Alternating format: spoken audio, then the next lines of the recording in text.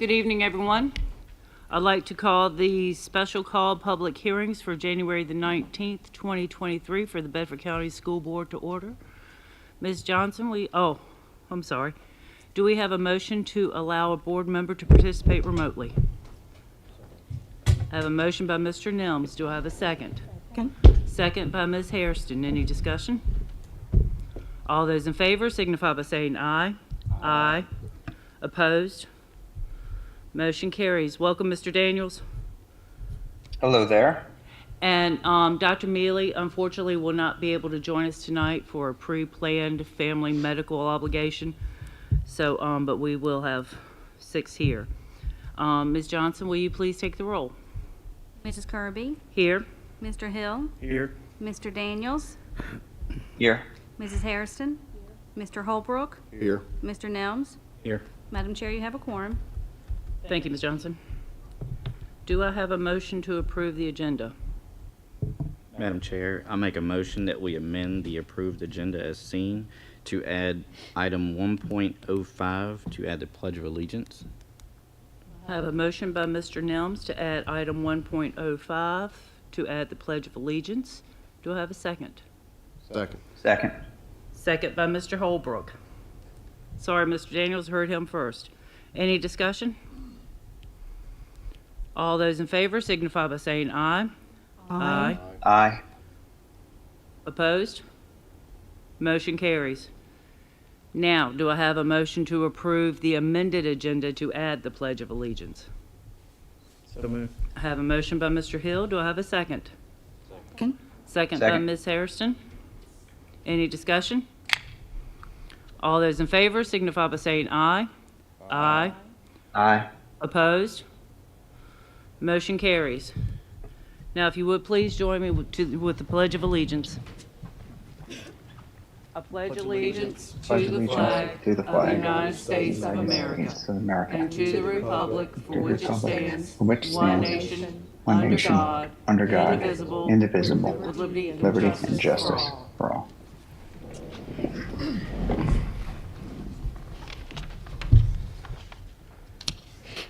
And kind of as a side note, I'd like to say happy birthday to Dr. Mark Bergen, our superintendent.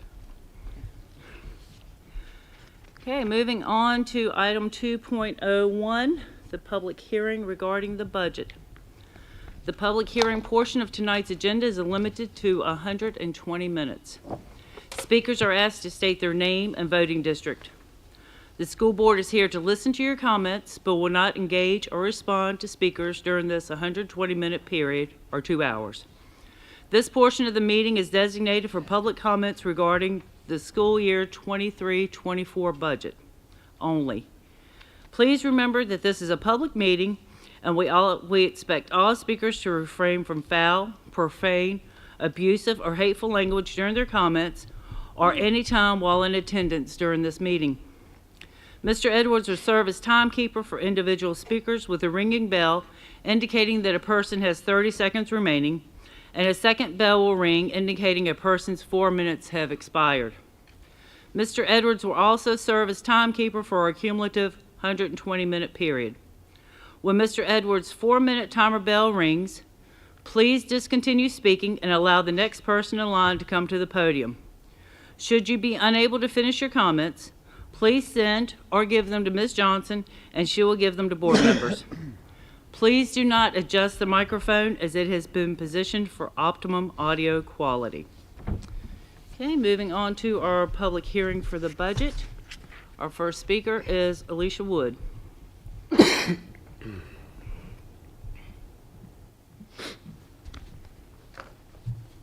I just start? Yes, ma'am. Okay. State your name and voting district. Okay. Good evening. My name is Alicia Wood, and I live in District 3. Thank you for your time and work for Bedford County Public Schools. I am an alumni of Liberty High School, a parent of a Liberty alumni, and a parent of a current Liberty student. I am also a taxpayer of Bedford County and have been my entire adult life. I cannot understand why the issues with Liberty's campus have been allowed to get to this point. If you own a home, it requires routine maintenance and upkeep So why should a school that houses hundreds of students and faculty be any different? It almost seems like the goal is to close Liberty High School. Is that the goal, to close Liberty High School? I plan to list some of the major items that need immediate attention. Before I do so, I'm just as curious to when was the last time you walked the campus at Liberty High School. If you haven't, I encourage you to please do so, and you will understand why I'm here before you tonight asking for action. We have an open campus, which leaves our students vulnerable. I'm asking for more security cameras to be installed for added safety for our students. The awnings over the walkways are dirty, covered in black mold, peeling, hideous, and ineffective. Words that should never be associated with the school at the heart of Bedford. During heavy rain, they leak and water pools in the walkways, so you have water overhead and underfoot.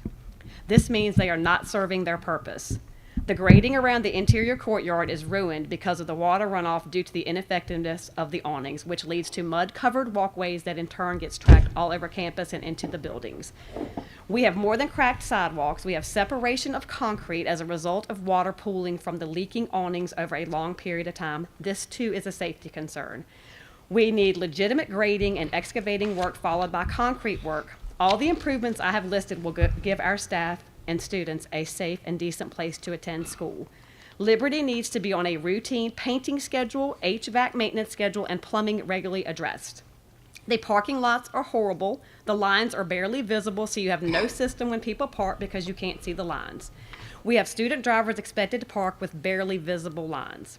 Mrs. Cruz, the director of theater and dance, brought back a program that was non-existent for 10 years and is now thriving. However, the auditorium comes with many limitations. Inadequate practice space and storage, antiquated lighting and sound technology and equipment. The auditorium aisles are not lit in the dark, and the slopes don't seem to be ADA compliant. There were plumbing issues during a major performance which caused lobby restrooms to close. The students deserve a safe place to learn and thrive. The PA system at the football soccer field is ineffective and embarrassing. It will be more cost effective to replace than to repair. The softball field needs new bleachers. The ones that are currently being used are a safety hazard and a joke. Softball is a varsity sport that took us to states, and we don't have adequate seating or bathrooms. A porta-john at the top of a hill that is not easily accessible to some is not the answer. The LHS, PTSA, and athletic boosters are planning a spring cleanup on campus. There is only so much that you can ask parents and local businesses to donate. We are doing our part, so we are asking you to do your part. There have not been any renovations or improvements to Liberty since the early 2000s. So basically 20 plus years later, Liberty is subpar and embarrassing. Students, faculty, and coaches are leaving to go to other schools. This is no longer acceptable in our community. These students and staff deserve better. Kids are not going to thrive in a school with all these safety concerns and issues. I would like to thank the Liberty High School administration, staff, and custodians for their hard work. The issues I listed are beyond any job description of that staff. Liberty Pride is our new motto, so let's give these kids something to be proud of. Thank you for your time. Thank you, Ms. Wood. Sarah Mayhew.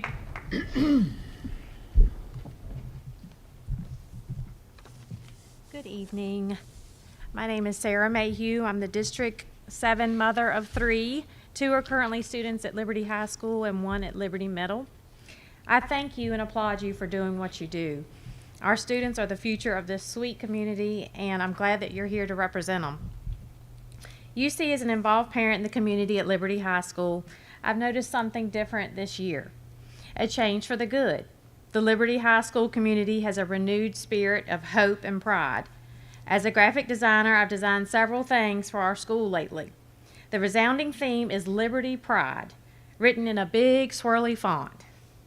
Pride is defined as a high or inordinate opinion of one's own dignity, importance, merit, or superiority, whether as cherished in the mind or as displayed in bearing, conduct, etc.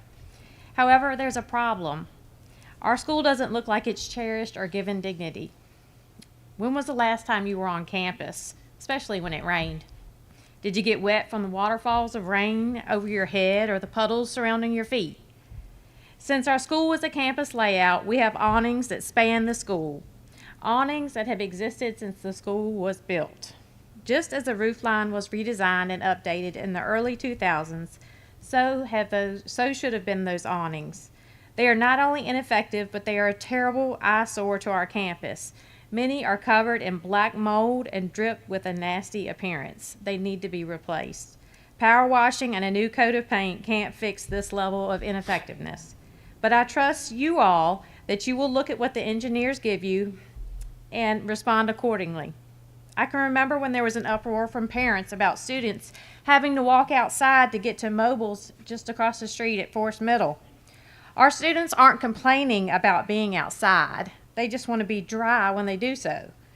Both of my twins in 10th grade have said they enjoy getting a breath of fresh air between classes. However, walking by moldy columns and during downpours takes a little away from that. I invite you to take a visit, especially on a rainy day, so you can get the full picture.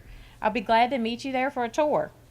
On that same note, our courtyard and sidewalks are ruined by the ineffectiveness of these awnings. Mud puddles collect along nearly all the sidewalks, which our students are forced to walk through and carry through the whole school. The sidewalks are terribly cracked and disjointed at many places, making this a concern for our wheelchair-bound and special needs students. In addition, we have lights across campus that look like they were put up by Edison himself. They are cracked and falling apart, light fixtures. Simple, inexpensive expenditures. I can remember in 2016 listening to a group of Liberty students ask the board for clocks to be fixed at a school board meeting. With kids not in the school, I was so surprised that the students actually had to bring that to the board's attention. But now that I have kids of my own, I hear the comments daily. We are preaching to our students about pride and how to have Liberty pride. They are showing up, are we? Also, the auditorium and the softball field should be under your radar as well. Theater and dance has done a fantastic job, but the auditorium needs desperate help. And just a few years ago, our softball team went on to win the state championship, yet we have no bathrooms or decent bleachers to sit on. A porta-john at the top of the hill isn't what you'd ask your grandmother to hike up to use. The existing bleachers aren't even worth mentioning. The spectators line camping chairs down the first base line. And guess where a majority of the foul balls are hit? First base line. In conclusion, I'd like to say what a fine job our custodians and staff do. At most games that I work concessions, they stop and they ask how they can help. The items I mentioned are outside of their realm. Please help provide a decent place for our kids to be. They deserve better. I want the spirit of pride to continue and be reinforced with an effort to maintain the properties we own and we love. Just as you take care of your own house with routine maintenance and updates, our school needs the same. Thank you. Thank you, Ms. Mayhew.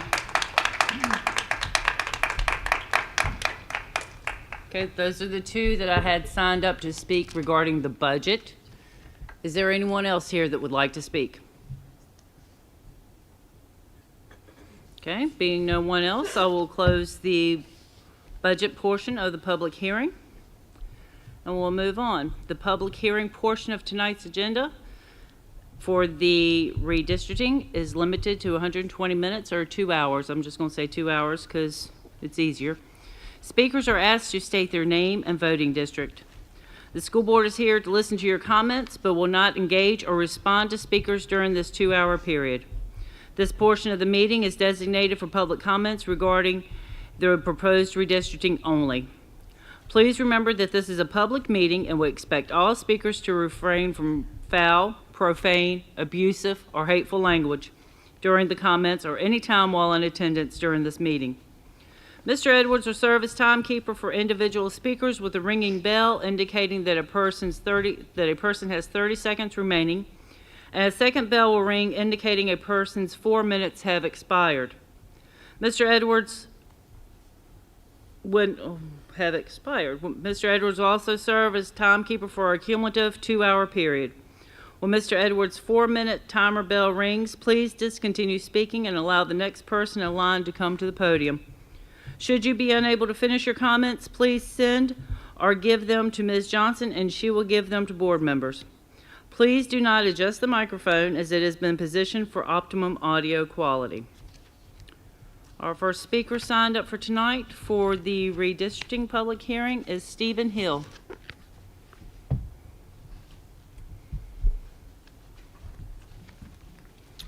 Good evening. My name is Stephen Hill. I'm a resident of District 3, living off of Good Road. I'm a parent of a first grader at New London Academy, and with 2 other children starting elementary school in the next few years. I'm also an alumni of New London Academy. My wife and I built our house in 2018 specifically to live in the New London district, and I believe many families factored the elementary school into their decision to live in this district.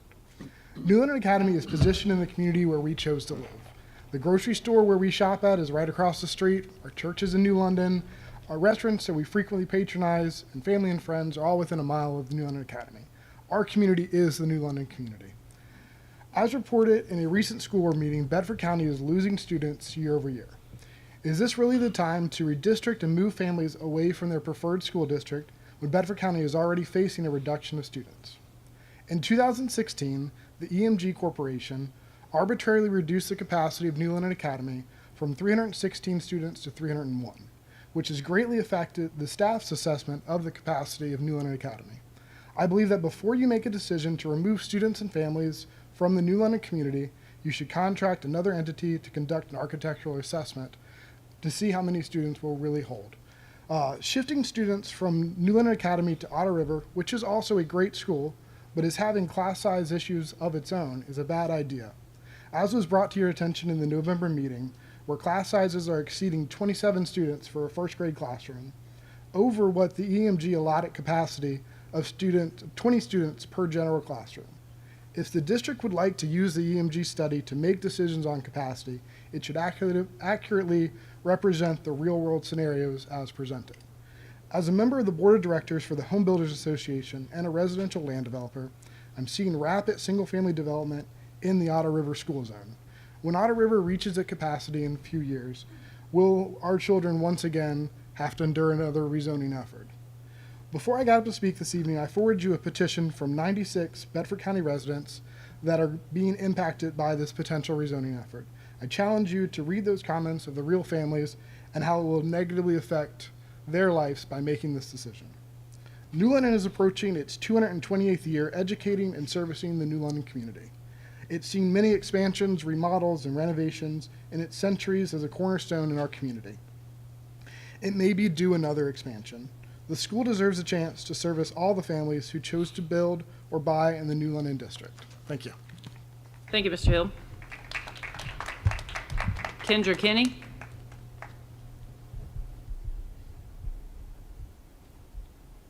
Kendra Kinney? Lauren Schellenberger?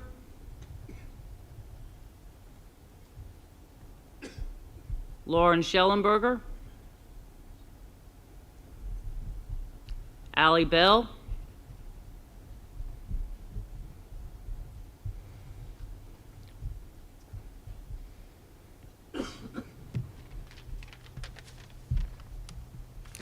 Good evening. My name is Allie Bell, but I do apologize. I'm not exactly sure which district we are. We live on Charlemont, so hopefully that'll help a little bit. So because we live on Charlemont, we are looking at rezoning not just elementary school, but also middle school and high school. And for us, that is what we are most concerned about. Right now, where we are approximately 6 miles away from Jefferson Forest High School and Forest Middle School. When we are rezoned, or if we are rezoned to Liberty Middle and High School, we would be approximately 18 miles away. To us, that doesn't seem like it makes any sense when you're talking for bus routes or for parents for giving our kids rides to school.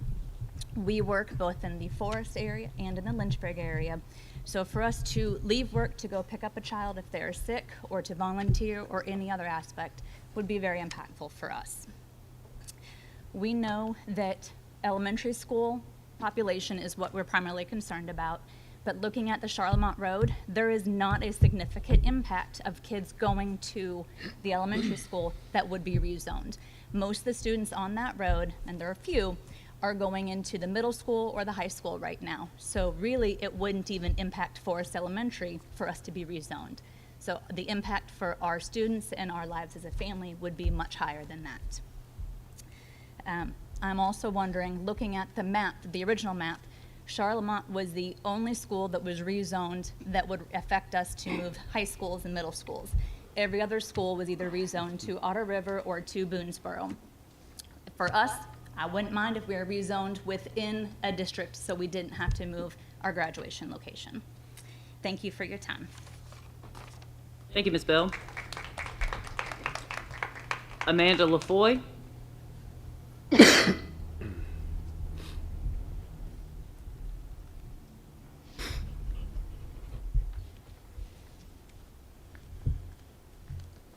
Hello, my name is Amanda LaFoy. I don't know my district, but we're zoned for New London, Forest Middle, and JF. We live off of Good Road. I'm from the Wexford Estates neighborhood. Since attending the Otter River zoning meeting a few months ago, I've spent many days canvassing local neighborhoods, speaking to residents who had no idea that the county was proposing any changes. Everyone was unhappy and shocked. They brought up the same concerns that I've previously voiced to the county. Every person said, "Why would they send us to a school across town when we're only 5 minutes from in LA?" I said, "I agree.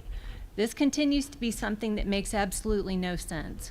I understand some boundary lines being bumped out a little to add in students who are very close to a school, but to send our neighborhood across town when we can be to NLA in a few minutes makes no sense at all. It would be easier for us to be sent to Thomas Jefferson Elementary than to go to Otter River. Going to TJ is a safer driving route for us and takes less time. It's a much better option. I previously proposed starting a magnet gifted school or a STEM academy. Students from all of the elementary schools would be tested to see which ones would be offered a chance to attend. This should then open up spots at all schools and should help to lessen overcrowding immediately.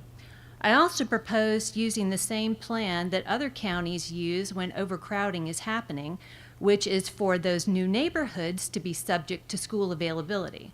When a new resident contacts the county to register their child, the county would then tell them which elementary school has an available spot. It may be for their currently zoned school, or they may end up being bused across town. If a spot opens up at their zoned school, then they can be notified and can make a decision to take that spot or not. Current Bedford residents shouldn't have to give up their current schools in order to make room for all of the new people who are flocking to the area. We are the ones who have paid taxes all of these years. We've done the fundraising to make our schools better. We've spent our free time volunteering at our zoned school. We deserve to stay at our current schools and always stay zoned for JF. The new neighborhoods can be bused across town. I continue to be concerned about the future potential risk of Otter River being rezoned to Liberty. This is another reason I do not want my neighborhood going to Otter River. Many years ago, my family chose to pay more money for a smaller house in order to live close to NLA. We knew NLA would stay zoned for JF because it's the closest high school. People in our established neighborhood chose their house because of close proximity to NLA, being zoned for FMS and JF, and the great resale value of their home because of that school zoning. Proposed changes would greatly affect our families in a negative way. Being grandfathered into NLA doesn't help all of the families who rely on bus transportation. I understand that there's a problem of overcrowding and choices have to be made. I also understand that it's not fair to send Otter River students to Liberty zoned schools in order to take in students from NLA. The only way those former Otter River students will be able to go to JF will be through a voucher with no bus transportation. That's not right. My neighborhood wants to stay at our closest school. We want to stay at NLA. Please bus all future new neighborhoods to schools that can actually accommodate them. Please open a gifted magnet school. Please consider these things before inflicting trauma upon so many children across our county. Some trauma cannot be undone. I ask you to please find a better solution than the one that was originally proposed. Thank you for your time. Thank you, Ms. LaFoy. Okay, that is the last person that we had signed up to speak for the redistricting portion of the public hearing. Would anyone else care to speak? Yes, ma'am.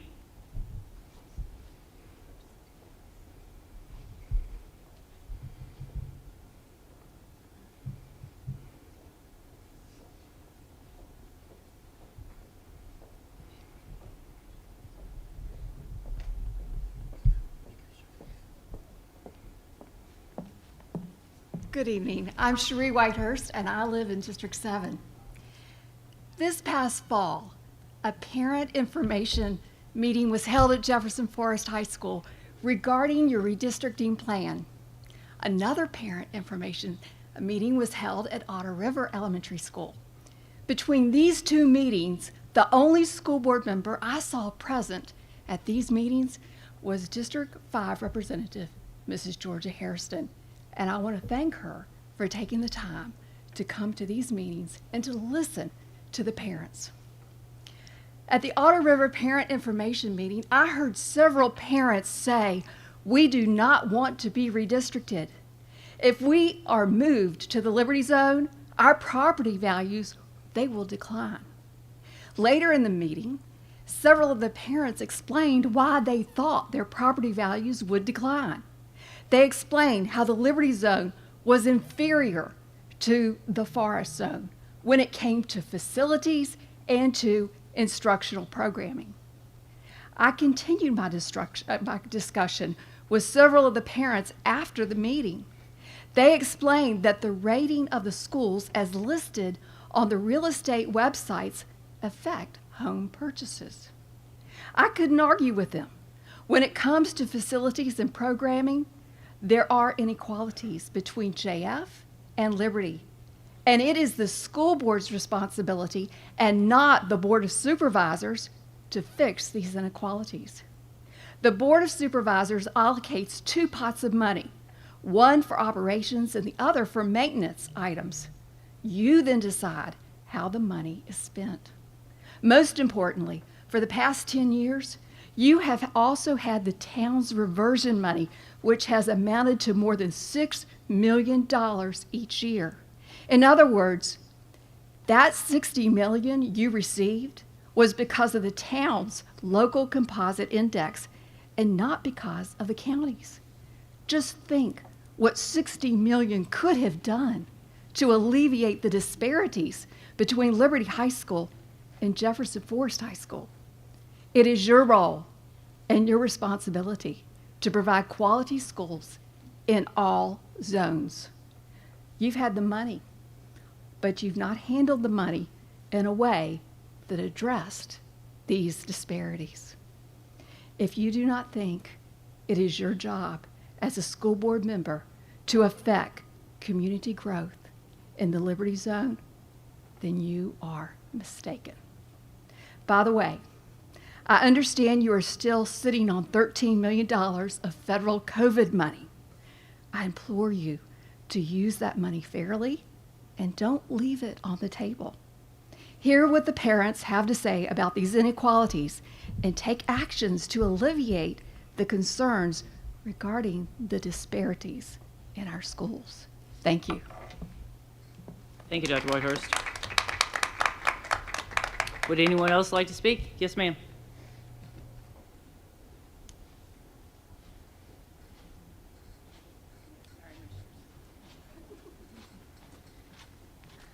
Okay, I didn't realize that we were going to be doing, that it would be this soon, because on the Facebook page it said that you guys were doing the budget first and there would be 120 minutes of speaking time. So I know I have a friend that has a child at Forest that is supposed to be here and she would be affected by it. I know that she wants to speak, but anyway, okay.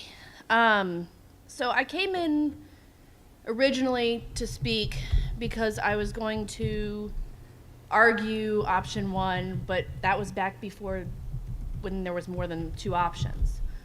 I want to thank you all for doing this and thank Ms. Harrison for running the committee and doing everything that she did. And after hearing the 2 options, I don't really have to stand up here and argue a whole lot. You know, I live on Otterville Road. I would be driving all the way to Big Island Elementary, which is between 15 and 17 miles from my house, and or Otter River, which is less than, well, it's about 5 miles. And I'd be forced to switch or whatever, depending on our work schedules. I'm obviously gonna say go with option 2, but I know that that puts the predicament of what are we gonna do in 5 years from now. You know, I had an idea that maybe we could say 5 years from now, put in a plan to do more redistricting, but give the parents who, have worked hard and, moved to the areas that they've wanted to move to, a chance to prepare for that. This, short notice is, we built our house 2 years ago with the idea of being in the Forest District and Otter River District, and, that this kind of changes that. It just changes plans. It changes what families had in mind for what their future was going to be. They've built the house. They wanted to live in this certain area and do these certain things. And but I know that nothing is going to be fixed until we figure out something to do with the growth of the community. And I don't know how we talk to the county and curb that and figure out until we figure out the school situation, whether they can pause some of the growth. And I don't know how that works. I don't know much else other than I just wanted to come and say that I support option 2 for now, and then start planning for something to do in the next, 3 to 5 years for when we really need it. Whether it's, a new school further down the road or whatever, because it's going to continue to be a problem. I know Ms. Kirby has said that this is a short-term fix for a long-term problem, and I know she's right. But so that's just what I have to say. I support option 2 for now, and hope that maybe we can keep talking and try to figure this out for further down the road. That's all I have to say. Ma'am, before you disappear, would you please state your name and your voting district? Kendra Kinney, and I. Okay, I don't have my glasses on. Sorry, Kendra. Normally my hair is up, and I think I'm Daniel's district. I think is that 7? No. I'm George's. I'm right on the line. I used to be that other district, but I'm yours now since I built my house. So, yep. All right. Let me. Oh, she's here. Okay.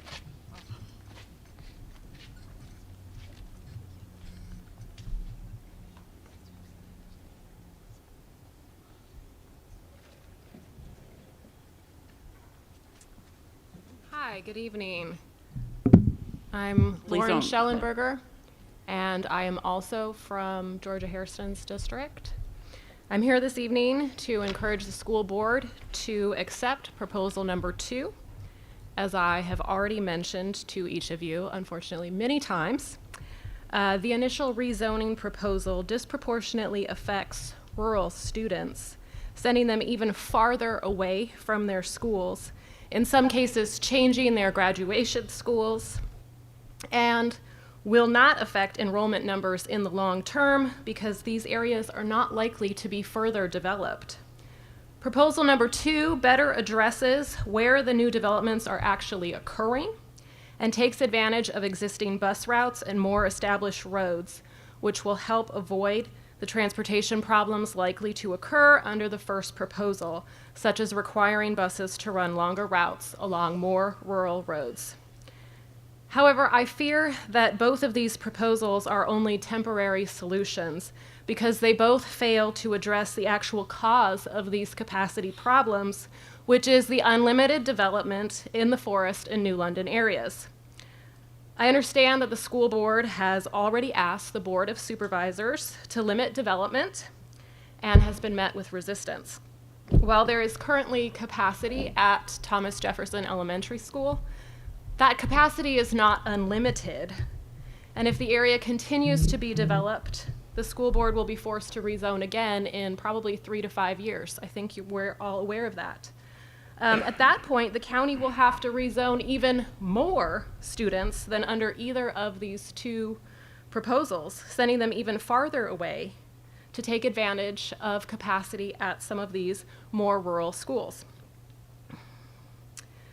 The school board must demand for immediate limitations in development in the New London and Forest areas and recommend the Board of Supervisors begin plans for the construction of a new elementary school. I understand that the Forest area is a highly desirable area in terms of development, but in many parts of the country, local governments demand that developers, when areas are approved for large developments, include schools and account for their construction in those development plans. If the Board of Supervisors refuses to follow the recommendations of all of you as the school board, then all new developments should be rezoned for the closest school with capacity, regardless of their closest geographical school. They're putting you in a hard place. I urge the board to accept proposal number 2, but with the understanding that it will only be a temporary solution. To truly address the capacity issues in the New London and Forest areas, we must limit development in the area and begin plans for a new elementary school now, before our children begin to suffer for the county's lack of planning. Thank you. Thank you, Ms. Schellenberger. Anyone else? I hadn't planned on speaking for redistricting, but could I speak on this too? Yes, Ms. Mayhew. Sarah Mayhew again, District 7 parent. I hadn't planned on speaking on the redistricting, but my heart just, I wear it on my sleeve and I just got to talk about it. So about almost 10 years ago, Ms. Kirby and I were forced to get more involved with our schools when both of our children's elementary schools were put on the chopping block. My kids was Thaxton. So we built our home on a family property, but we based that decision on the school. Like so many of you here tonight, a lot of us put our weight in where we're going to live is what school we get to go to. Well, in 2016, Thaxton was closed. And I just, I fought so hard to keep our little school open. It was precious, small ratio of student to teacher, but it got closed. But I will say that my closed-mindedness in that Montvale or Bedford Elementary wasn't as good as Thaxton was really opened up to me. And I realized that we as Bedford County Schools had awesome educators at Montvale, ready and wanting and able to receive my children. And they received an awesome education at Montvale. And I think it's just so unfortunate that we have so many parents who do not want to come to the slums at Liberty with the black mold on the columns and the and what we've talked about in budgeting. But I have to say, we have outstanding staff. We have buildings that keep us warm, and the kids are learning no less. The hopes for my kids' future are not any different than a JF parent's hopes for their student. And I want to add that in 88, I think Big Island Elementary was built. I was in the first grade at Otter River, and I was redistricted to Big Island Elementary. I can imagine at that time my parents thought, oh my gosh, she's going clear across town to the boonies to this new school. But you know what? That is an awesome school, and it deserves credit. So I really, really, really just encourage our families to be open-minded about redistricting. We have room at Liberty. We would love to have you. We have room. We need to be open-minded about change. I know it's hard. I've been there, done that. But that's my 2 cents, and thank you. Thank you, Ms. Mayhew. Anyone else? Okay, there being no other speakers, I will close the redistricting portion of tonight's public hearing. Moving on to item 4.01, follow up any board discussions. I know at our last meeting we came up with 3 options of potential redistricting. And it would be, I believe, it would be advantageous for our staff to have a consensus from us to decide which option to go with so they can focus their time and energy to be able to get us a good report to present to us in February so we can go ahead and take a vote and move forward. What are your feelings? And I'll start with Mr. Nelms. After visiting New London Academy today before the meeting began, I was able to meet with the principal there, and we did a campus walk around, and my findings were very eye-opening. I was under the impression that the overcrowding of that school was, dramatic. But what I came to find out, there was empty classrooms. And that was alarming to me, that we're trying to disrupt, almost 100 families over empty classrooms that we could easily utilize the space in that school. That was very alarming to me, seeing that today. I mean, in my opinion, I think it's running great from what I saw today. So you don't want to move forward with any option? No, ma'am. Okay. Mr. Hill, what are your thoughts? Too visited New London last week just to see any concerns from the staff, and I saw the same empty classrooms. And then in addition, some of the specialists that were using classrooms who could move out to allow space also, lets me know. Is that timer for me, Mr. Edwards? I've already closed the budget portion.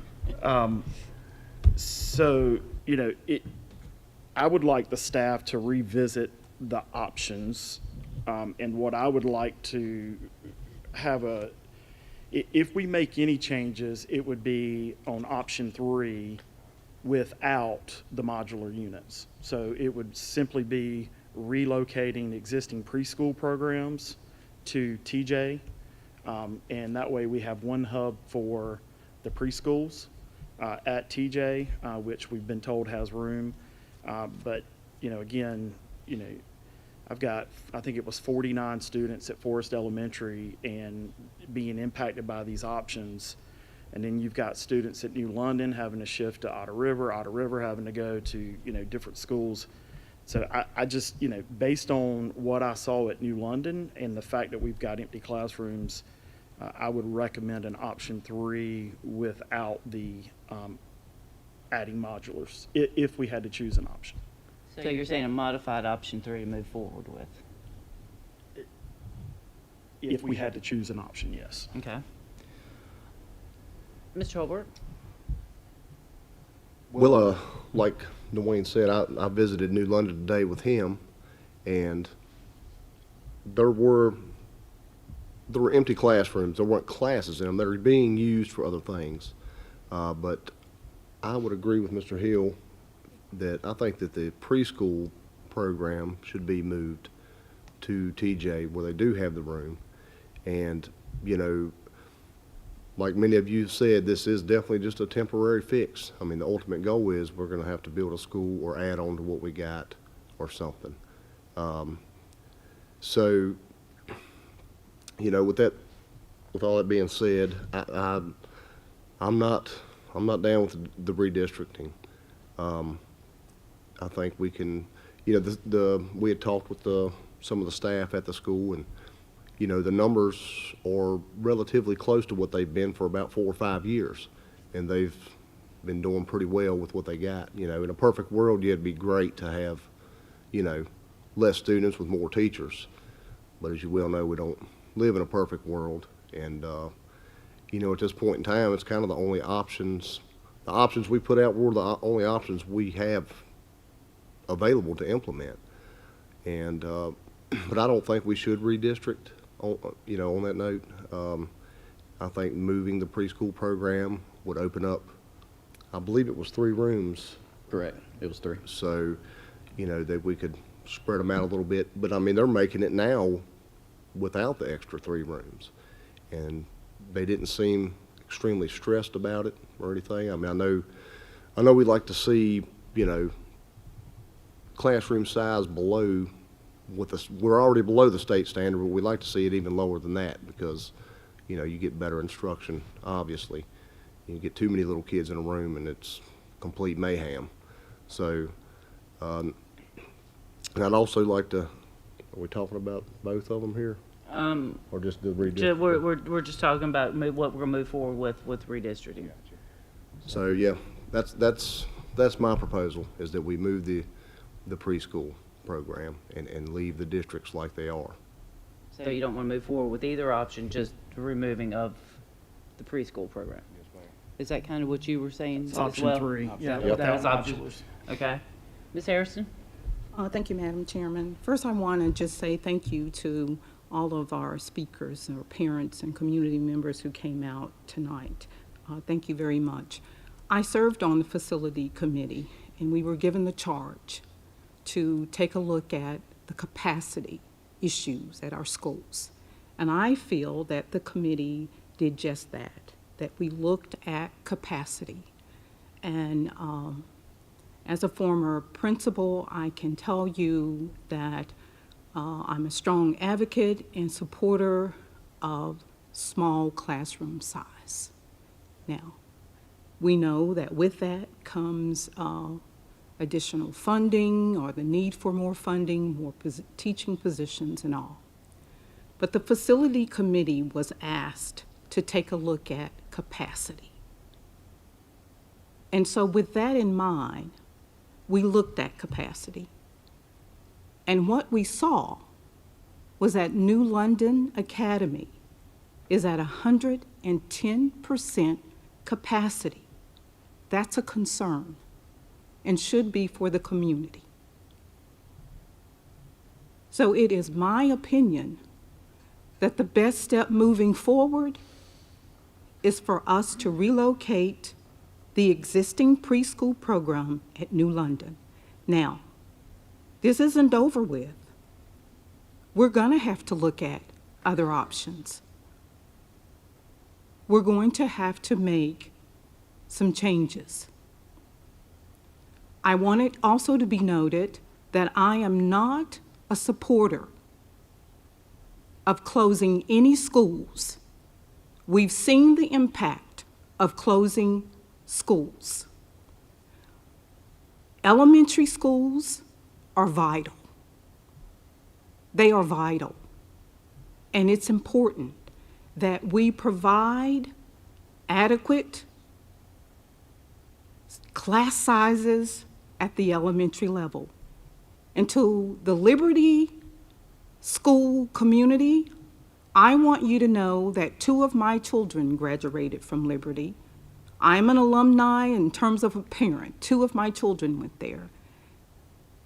And we have to give attention to Liberty High School. There's no question of that. And I can assure you, as a member of the facility committee, I will continue to discuss, bring options, and ask for additional funding or for funding to be directed to help Liberty High School. It's needed. Madam Chairman, that's all that I have. Mr. Daniels? If you would unmute, what are you? Yep. I want to make sure you unmuted before you started talking. I'm good. Okay. I'm good. Well, I want to thank you for letting me participate remotely. Really appreciate that. Thanks for everyone for setting that up. Thanks to the facility committee for really going through and really taking your time to try to come up with all the options.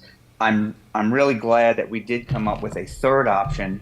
And I really just think that we have to just try to keep things very simple. And I think that with that being said, of the options that we have, the third option with the preschool, I think that is the best option. We all know that it's temporary, but it gives us a chance to kind of let the dust settle and see where we end up and just see how that goes. So I agree with that. With definitely no modulars. I am totally against that as well. I would also implore the facilities committee, and I've talked to Dr. Bergen about this as well. I would encourage you guys to look through and see what can be moved around in our CIP so that we can take care of the needs that are most pressing. And in my opinion, that's a lot of these upgrades that have to happen at Liberty High School. So I've heard a lot from the community. I've walked that campus a ton of times. Many times when I'm there, it is raining. And it is definitely not fun. If it's a thunderstorm, it's not fun in the winter when it's that very cold rain. So there's a lot to look at, and I know they're working really hard on this. I want to make sure the community knows that. But obviously, this is a topic that's front and center to many of us. But as far as the redistricting, option 3 is the way that I would go right now. You want option 3 without the addition of modulars, correct? Correct. Okay. Well, that leaves me. As everyone knows, I have been a proponent for redistricting for years now. We've got to get the attendance up at Liberty High School. We need to get the attendance up at the other schools. And with the way that the county is developing, unfortunately, the only way we're going to be able to do that is to redraw the lines. So my option is going to be District 1, or is going to be option 1. But it looks like that I'm outnumbered. But since we do, does the consensus have to be everyone on board, or does it just have to be the majority? Be majority consensus. Majority. So with that being said, then it seems like everyone, the majority, wants to move forward with option 3, with just moving the pre-K program without the addition of modulars. Is that correct? Yes, ma'am. Okay, Dr. Bergen, is that okay to go ahead and bring forward to the next meeting for? Absolutely. This is solely a board's decision. I just want to echo and thank the community for speaking up. I want to thank the board for tasking the administration through the Facilities Committee to take a look at this. I want to thank the staff for all the work that went into creating the data so that we could present it to the board so you could consider it and then, hear the community's reaction. So the concerns have always been, not just today, but 2 years out, 3 years out, 5 years out. And so I do hear the board say, we see proposed housing development. We see some of that is under construction, some of it is not. We don't fully know the impact of what's going to happen with some of that housing. So moving some preschools out, we won't have capacity issues next year. I don't have a crystal ball for 2 years out, but if the way things have developed, we will likely be revisiting this decision in the next 3 to 5 years. And so I hear the board's consensus is you want to revisit it when we have more of a pressing need to do so. So all this work we've done is not for naught. We'll bring this data back and we'll build, that will be our starting point the next time we jump into this conversation. Thank you. So are we ready to put this on as an action item on the February meeting and move forward? Action. So Ms. Johnson, can we make sure we have it as an action item? Okay, now, Mr. Nelms, did you have anything to say about the budget portion of what you heard tonight? Yes, just a little. Go for it. These problems that we're seeing at Liberty and Stanton River, they just didn't happen overnight. And honestly, I think it's due to lack of maintenance from our maintenance department, but it's really, at this point, it's not their fault. They're extremely understaffed. You're working with less than 20 people at all these schools. That's a lot. So right now, they're just putting out fires. So in my opinion, I do think that we need to allocate a lot of money to Stanton River and to Liberty to get those awnings fixed. I know it's going to cost a lot of money because those things are extremely heavy. And if we need to move them or anything, it's going to cost us millions of dollars. I don't know exactly what needs to be done to correct that issue, but I do know we need to fix the leaks. We need to keep our kids dry. And we need to put as much money as we can into getting these schools up to standard. Thank you, Mr. Nelms. Mr. Hill? What I will share with you, we took a tour with our legislatures over to the different high schools, and we gave a scenario to our students and said, if we gave you $10 million, what would you do on your campus? And both campuses at Stanton River and Liberty, first thing on their list was the sidewalks and the awnings. My opinion is several of us on this board have been talking about this for years, and it's time to take action. Even if we have to take it to the Board of Supervisors as a resolution, but we need to stop talking about it. Get it done. My recommendation is we have the staff bring us, and we keep saying, I heard you say $1 million, I've heard 2 million, I've heard 5 million. I know there's cabling up top, but we need someone to come in and say, this is a proposal, this is what it's gonna cost you. And it's not just at Liberty High School, it's for Stanton River as well. And so my request is that we have staff bring us a proposal of what it would take to make it happen. And that's the removal of those the sidewalks, and to make it a college-like campus, an outdoor campus, where everything goes and is connected. If we're going to do it, it needs to be done right. And so my recommendation is that we focus on that. And I'm not trying to step on you guys on the facilities committee, because I know y'all have talked about it. But, you know, we've got some money, but, you know, if it takes us going with a resolution to the Board of Supervisors, then it's time to do that. So that's my comments. Mr. Holbrook? Yeah, I would definitely agree with both of those comments. I visited Stanton River Monday, and I went to Liberty today briefly. And, of course, I graduated from Stanton River, 23 years ago this year. And, of course, I didn't pay much attention to the campus while I was at school. But I tell you what, it looks rough. It looks bad. I mean, it's like Ms. Mayhew was saying, it's mud stains everywhere. There's dirt washed out into the parking lots. Very little grass at Stanton River. Same issue at Liberty as well. The awnings are structurally sound, but they are in horrible shape as far as, they probably got 50 layers of paint on them. They got 20 years worth of cabling on top, half of which is not being used. And I do believe the maintenance department is understaffed. There's 17 or 18 of them. There's 21 buildings they're trying to take care of. I'm not sure about the janitorial staff. I'm not sure how many people are on there, and I'm sure a lot of them are doing the best that they can do with what they got. But with that being said, it didn't happen overnight, and somebody is to blame. We can't just keep pointing fingers. And the root word of maintenance is maintain. And obviously, it hasn't. Somewhere along the line, it hasn't been being maintained. And I know it's a lot. It's a big undertaking to maintain, 21 buildings across a huge county like this. And ultimately, like we all said, it does boil down to money. But money isn't everything. We got to get. I think a lot of these people on the staff, or in the maintenance staff and stuff, it's very discouraging.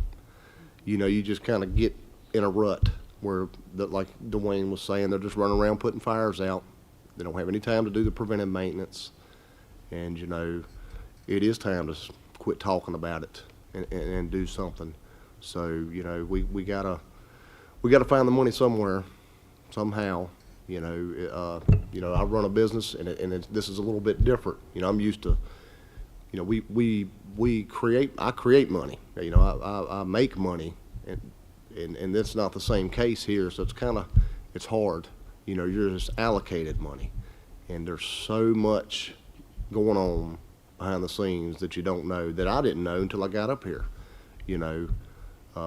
And it is a lot to think about. But I do agree 100% that these schools got to be up to par. I mean, I bet it was 500,000 pieces of gum on the sidewalk at Stanton River. And I mean, it's just, I know some of these things seem small, but when you add them all up, I mean, it looks bad. It looks very bad. I mean, it looks trashy. I mean, I don't know any other way to put it, So, just want you to know we're definitely well aware of it, and I'm going to do all I can on my end to get something done. Ms. Harrison, you kind of touched on the budget in your comments. Did you have anything further to say? Just maybe one or two more things, if I may. Listening to everyone, their comments, fellow board members, I certainly agree. But there was a word that came to mind as I was listening, and that's being a good steward. Being a good steward of what has been given to us. And so I would ask that fellow board members, I mean, there's nothing we can do about what happened previously, the past boards and the decisions that they made. We can't change any of that. But certainly going forward, we can really hear what our community is telling us and take action on that and be good stewards of the funds and the money that has been allocated to us. And I grew up really in a poor, middle-class environment. And I learned a long time ago that you learn how to just stretch your dollar.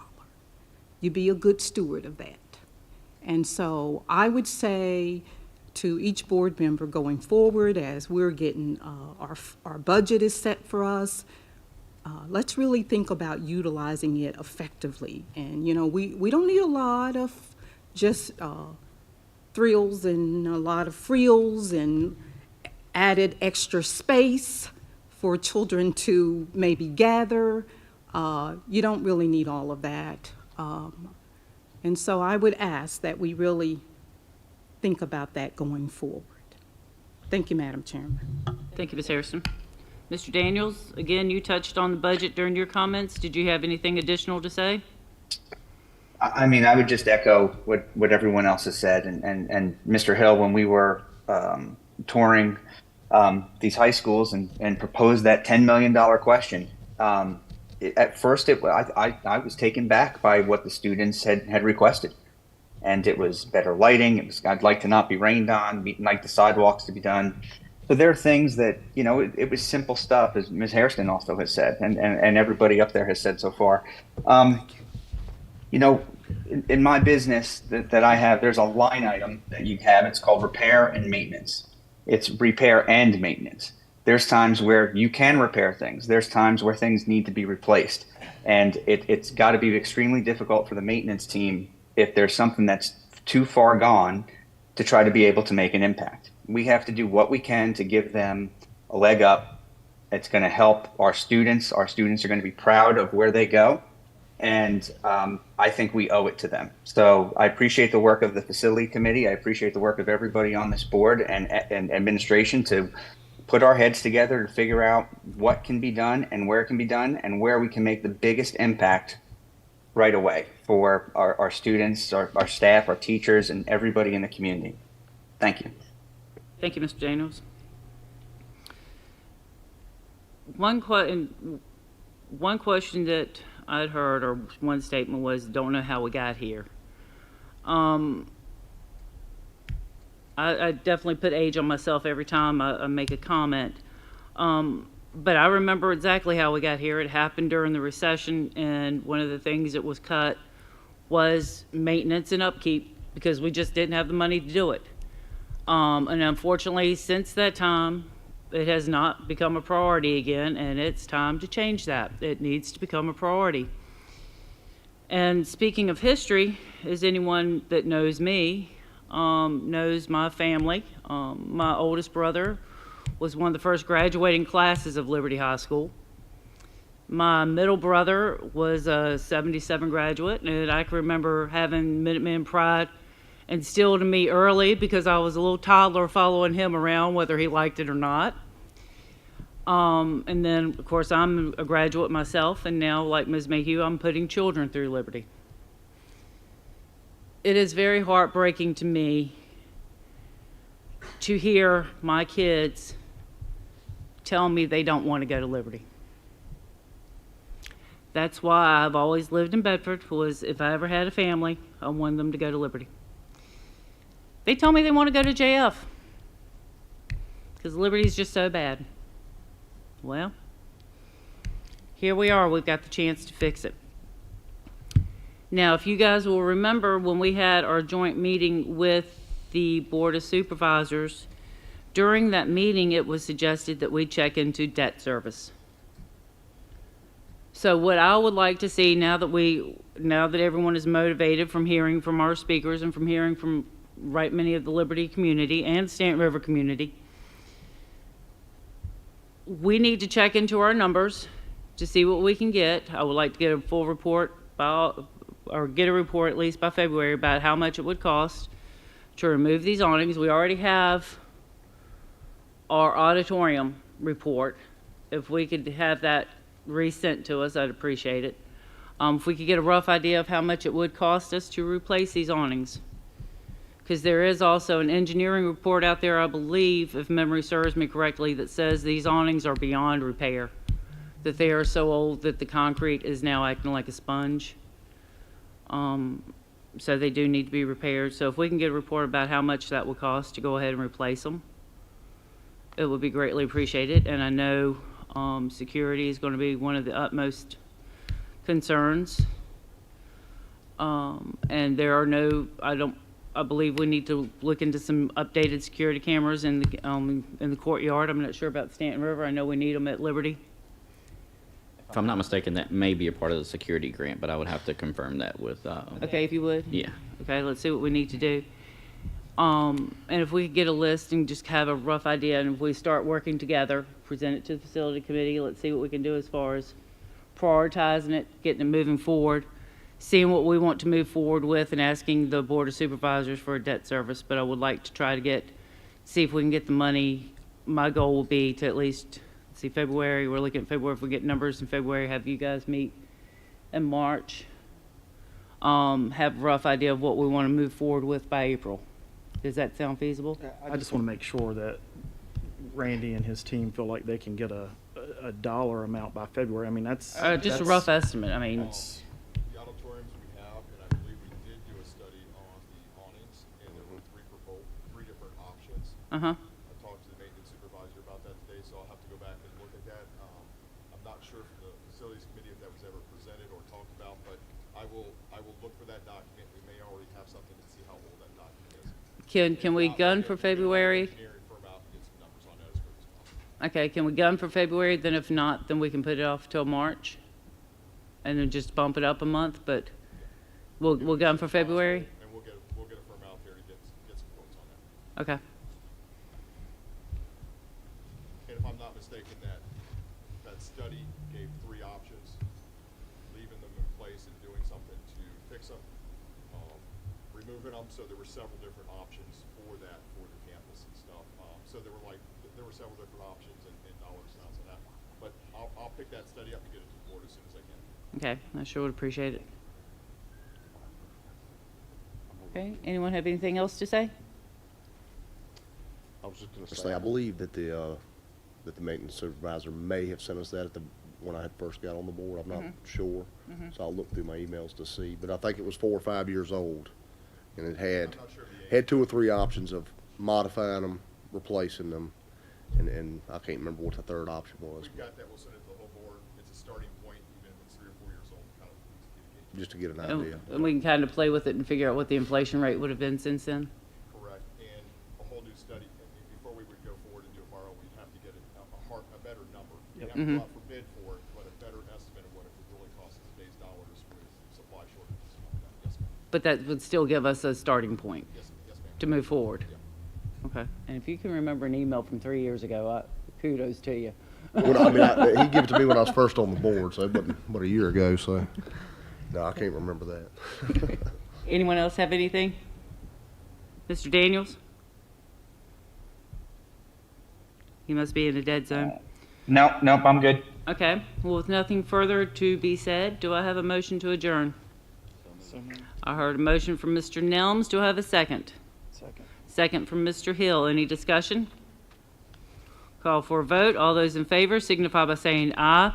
Aye. Opposed? Aye. Meeting adjourned.